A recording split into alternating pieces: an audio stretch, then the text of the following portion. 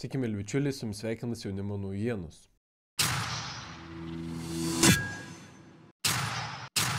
Visų pirma, noriu padėkoti visiems, kas prenumeruoja kanalą, pasidalina vaizdo įrašais, juos pakomentuoja, paspaudžia patinka, nes tai yra didžiausias paskatinimas kurti toliau.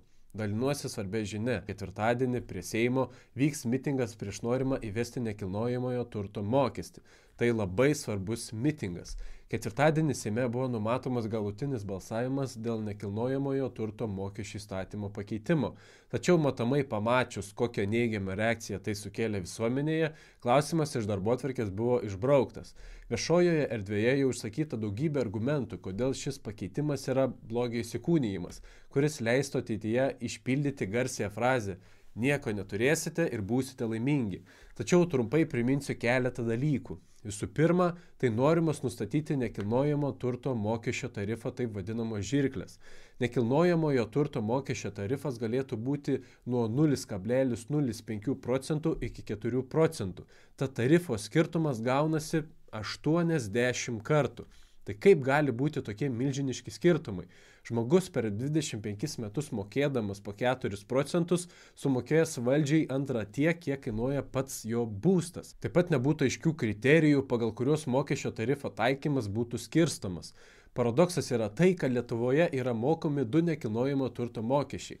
Vienas už būstą, o kitas už žemę, ant kurios yra būstas. Žemės mokestis, kurį moka žmonės, siekia nuo 0,01 procento iki 4 procentų sklypo vertės. Įvedus nekilnojamo turto mokestį ir pritaikius maksimalius tarifus, žmonės mokėtų už vieną visą nekilnojamo turto objektą apie 8 procentus nuo objekto vertės, o tai yra siaubingai dideli procentai ir pinigai. Na ir vyšnia ant torto. Jeigu nesugebėsime senatvėje susimokėti užkelto nekilnojamo turto mokesčio, šio mokesčio mokėjimas bus atidėtas iki mirties, o tuomet šio mokesčio skolą po mirties sumokės paveldėtojai iš paveldimo turto. Įsivaizduokite, valdžia nori, kad net mirtis mūsų neapsaugotų nuo nepakeliamų mokesčių, nesvarbu, kad miriai susimokėti vis tiek kažkas turės. O kodėl tai svarbu jaunimui? Jauni žmonės pradeda kurti savo gyvenimą, šeimą ir tai darydami jie kuria valstybės ateitį. Nekilnojamasis turtas, jauno žmogaus būstas yra vienas svarbiausių dalykų, lemiantis orų pragyvenimo lygį.